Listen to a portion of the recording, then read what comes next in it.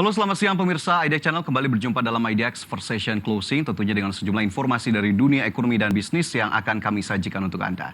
Dan bersama saya Fajar Wayong, inilah IDX First Session Closing selengkapnya.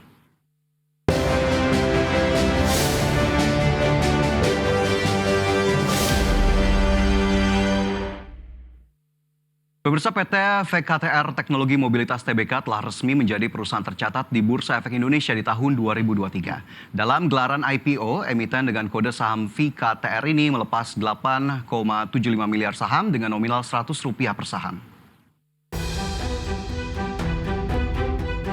Perusahaan yang bergerak di bidang pengembangan kendaraan listrik segmen kendaraan besar, PT VKTR Teknologi Mobilitas Tbk telah resmi tercatat di Bursa Efek Indonesia dengan kode saham VKTR.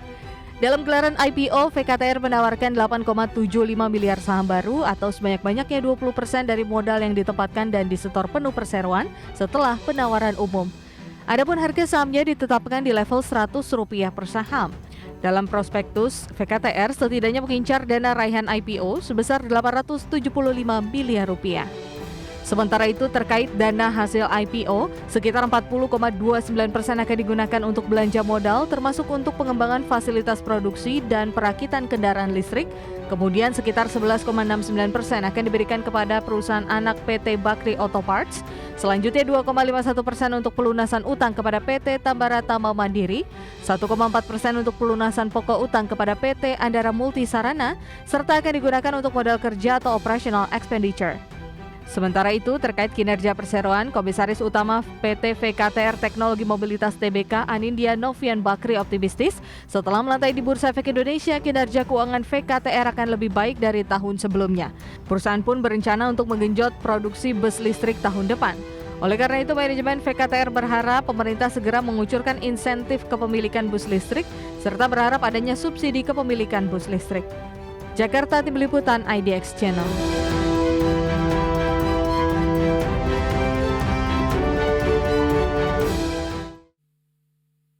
Dan pemirsa, untuk membahas tema hari ini terkait dengan strategi dan peluang VKTR Teknologi Mobilitas atau Vektor pasca IPO, sudah hadir bersama kami di studio IDX Channel dengan Bapak Anindya Bakri, Komisaris Utama PT VKTR Teknologi Mobilitas Tbk. Selamat siang Pak Anin. Selamat siang. Terima Mas kasih Fajar. sudah bergabung. Terima kasih diundang. Ya, sebelumnya selamat atas tercatatnya Vektor ya Pak di Bursa Efek Indonesia di tahun 2023, dan terkait dengan IPO hari ini, mungkin pemirsa juga ada yang belum tahu nih Pak, sebetulnya kenapa akhirnya Vektor memilih jalur IPO sebagai penggalangan dana di pasar modal? Jadi Vektor ini adalah perusahaan electric vehicle di bidang heavy mobility. Jadi di bus dan truk. Mulanya dengan bus. Jadi dari awal memang Vektor itu melayani masyarakat luas.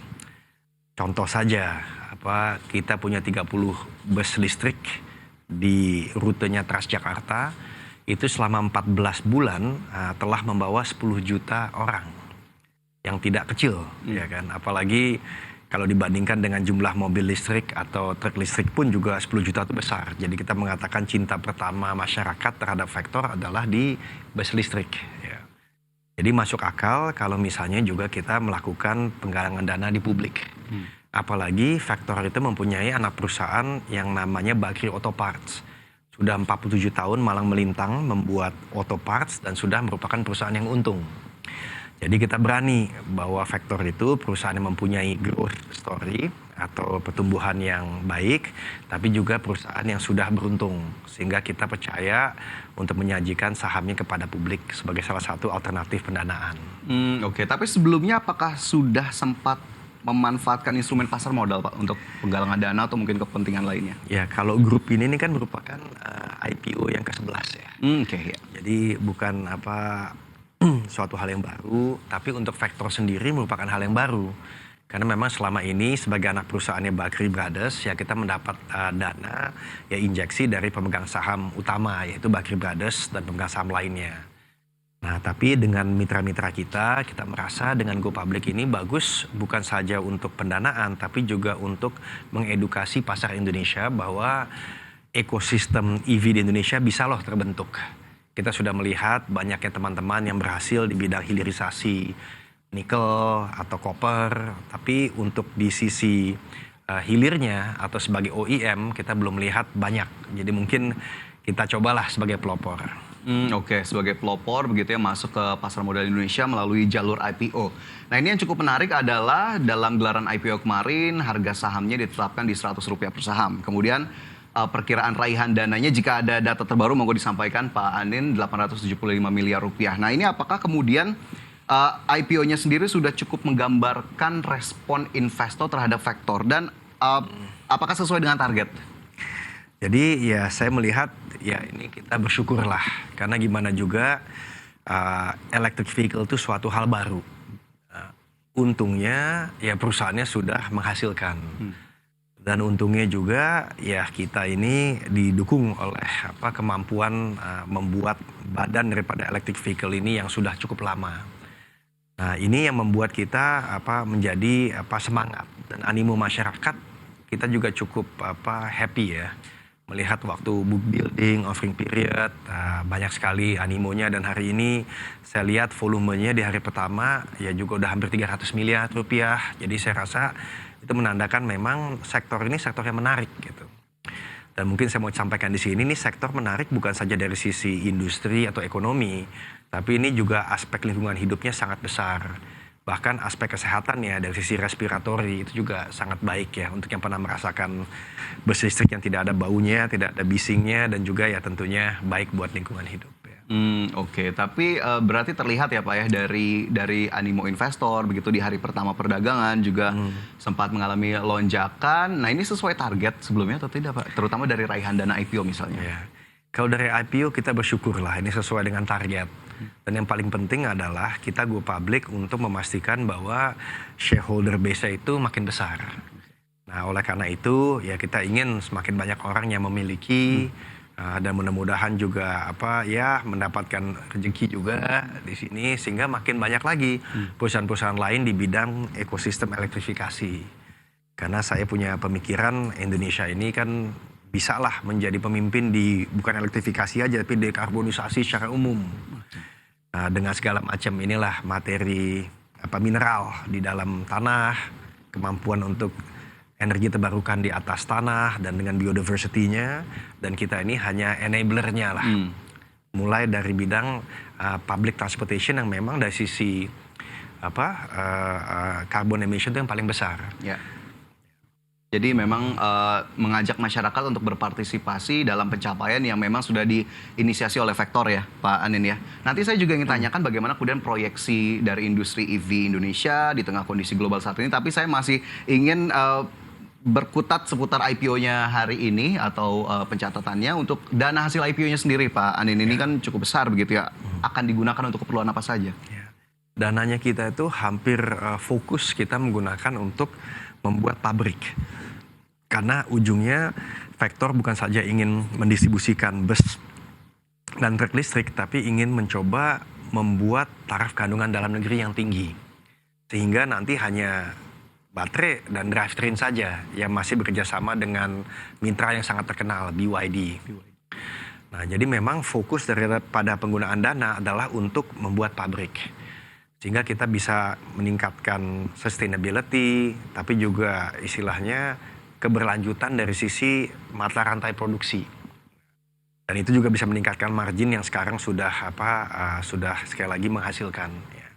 Jadi itu fokusnya dan sebagian dari situ ada untuk working capital dan juga research and development, tapi fokusnya untuk membuat pabrik. Ya. Fokusnya untuk membuat pabrik berarti ini peningkatan kapasitas produksi ya, Pak Anin dari Vector sendiri. Lantas selain tadi penggunaan dana IPO untuk fasilitas pabrik ataupun produksi tadi, adakah kemudian target jangka pendek terdekat atau agenda prioritas terdekat yang akan dilakukan Vector?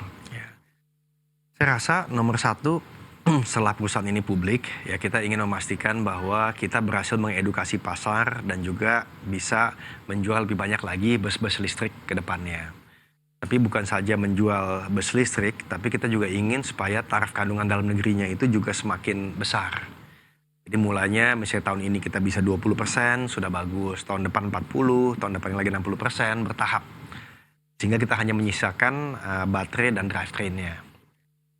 Nah, jadi jangka pendek ya kita ingin sekali memulai menjual lebih banyak, tapi lebih penting juga bagaimana taraf kandungan dalam negerinya ini bisa tumbuh. Dengan seperti itu ya produksi bisa kita lakukan sendiri. Yang kedua ialah bagaimana dari bus yang notabene pangsanya tuh di seluruh Indonesia ada 200.000 bus, di Jakarta saja 10.000, kita berharap mudah-mudahan tahun ini kita juga bisa mengembangkan sayapnya untuk di truk. Truk itu ada 5,5 juta truk mestanya di Indonesia.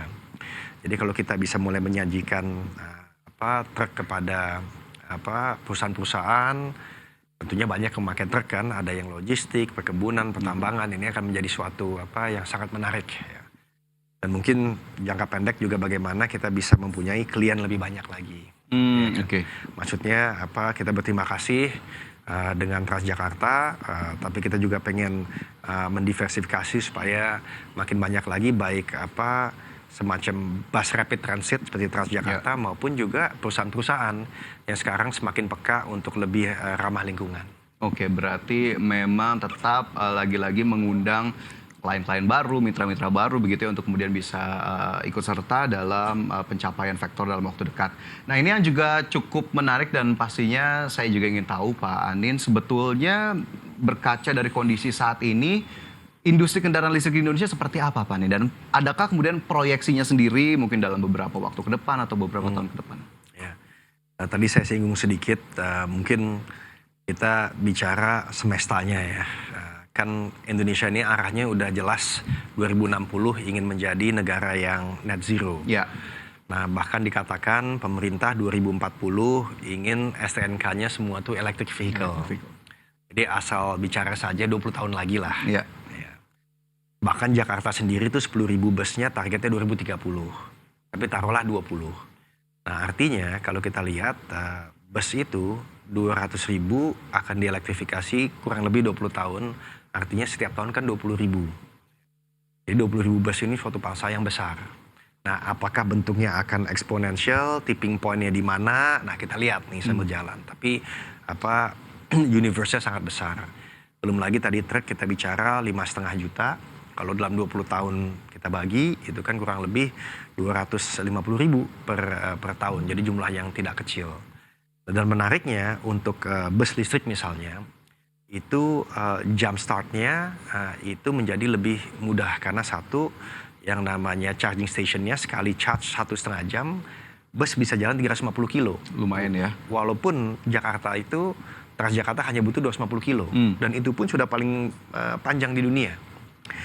Nah yang kedua dengan charging ini kan dilakukan pada malam hari. Biasanya harganya harga bagus. Sehingga OPEX juga bisa turun buat operator. Dan yang ketiga tentunya dengan listrik ini mengurangi subsidi bahan bakar. Belum lagi kita bicara tadi kan bahwa ya carbon dioxide emission-nya tuh dihemat luar biasa. Ya kan?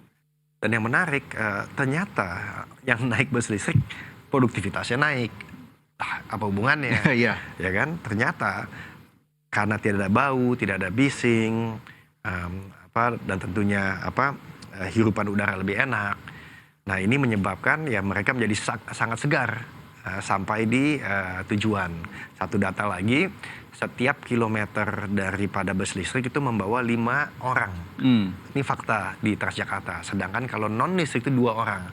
Artinya minat untuk listrik itu 2,5 kali lipat di Jakarta. Ya. Jadi memang akhirnya data-data tadi menunjukkan bahwa industri EV Indonesia sangat potensial begitu ya dengan sejumlah langkah yang dilakukan, salah satunya vektor yang juga ada di industri tersebut. Pak Anin, ada beberapa pertanyaan lainnya yang nanti akan kita lanjutkan usai jeda, dan pemirsa tetaplah bersama kami. IDX First Session Closing segera kembali sesaat lagi. Kembali bersama kami dalam IDX First Session Closing, dan pemirsa kali ini kita masih membahas terkait strategi dan peluang VKTR Teknologi Mobilitas atau Vektor pasca IPO, dan tentunya masih bersama kami Bapak Anindya Bakri, Komisaris Utama PT VKTR Teknologi Mobilitas TBK. Pak Anin, kembali kita lanjutkan perbincangan kita kali ini. Tadi sudah sempat disinggung bagaimana proyeksinya dan juga industri EV di Indonesia. Lantas bagaimana kemudian perseroan memanfaatkan atau mengoptimalkan kinerjanya terkait dengan kondisi saat ini, dan sebetulnya segmen pasar apa yang dibidik perseroan? Kita memang dari awal fokusnya tuh di heavy mobility atau singkatnya tuh ya bus sama truk lah. Ya kan? Nah, kenapa bus dan truk? Karena kita lihat memang usaha itu mesti fokus. Dan kita mulai dari proof of concept yang sudah jalan dengan Transjakarta, ya kita berharap bisa lebih dipercaya lagi, termasuk di tempat-tempat lain. Baik kepada tadi bus rapid transit seperti Transjakarta maupun juga perusahaan-perusahaan. Nah, jadi pangsa itu yang kita benar-benar sikapi dengan baik. Nah, ingin saya sampaikan di sini bahwa memang membuat bus listrik itu terlihat mudah. Tapi kalau tidak mempunyai mitra yang kuat seperti BYD yang kebetulan paling besar di dunia dari sisi electric vehicle dan pembuat baterai terbesar, ini bisa perusahaan itu jangankan untung di net profit, EBITDA negatif aja tuh hal yang biasa. Kita lihat di perusahaan-perusahaan lain yang mencoba membuat sendiri. Tapi kita selain distribusi, kita lebih memilih untuk melokalisasi apa yang ada dengan BYD. Jadi bisa malah mengimprove marginnya. Nah, setelah kita fokus kepada bus listrik, baru kita fokus ke truk yang kita mudah-mudahan bisa mulai di tahun ini juga. Nah, dengan fokus kedua hal ini, yang tadi kita bicara infrastruktur yang sedikit lebih mudah di awal, lalu pembeliannya lebih B2B bukan B2C. Mudah-mudahan ini sesuai dengan kita punya postur tubuh lah. Di mana memang sebelumnya kita dengan baterai auto parts itu 47 tahun, kita jualnya kan selalu B2B. Jadi ini merupakan suatu kelanjutan lah, tapi tentu dengan teknologi baru.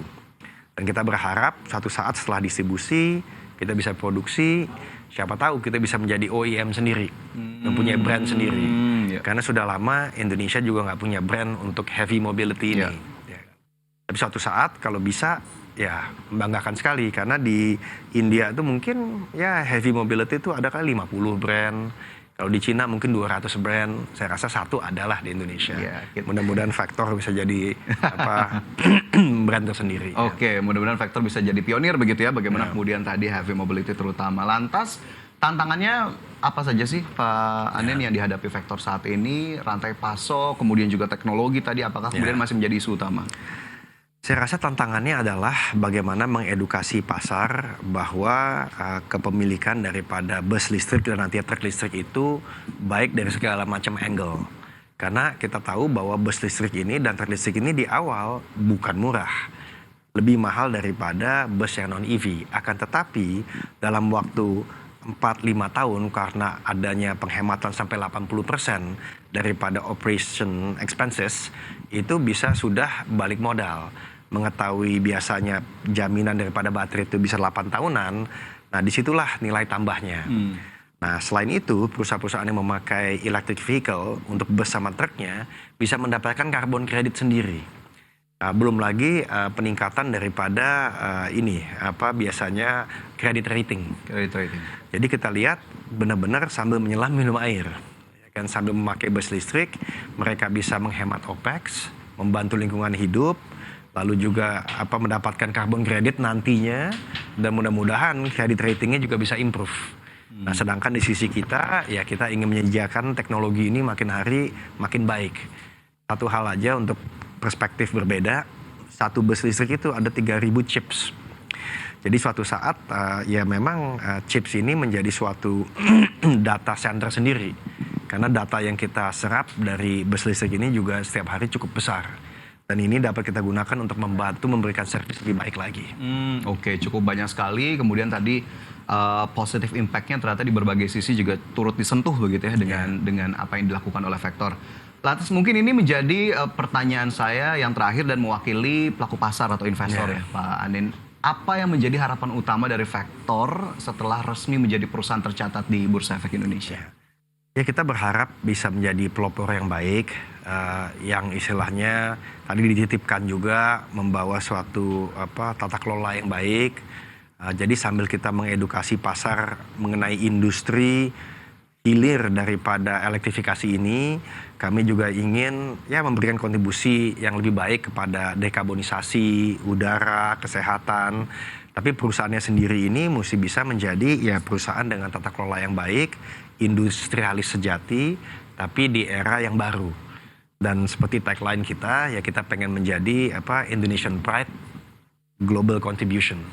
Oke, luar biasa sekali apa yang kemudian dijadikan harapan dan tentunya banyak pekerjaan besar di depan begitu ya, apa yang kemudian dilakukan oleh Vector untuk mencapai tujuan-tujuan tadi, dan kita harapkan memang ini sekali lagi dari sisi kacamata investor di pasar modal, Pak Anin bisa menambah universe untuk berinvestasi begitu ya di pasar modal Indonesia, terutama di berbagai saham yang ada di Bursa Efek Indonesia.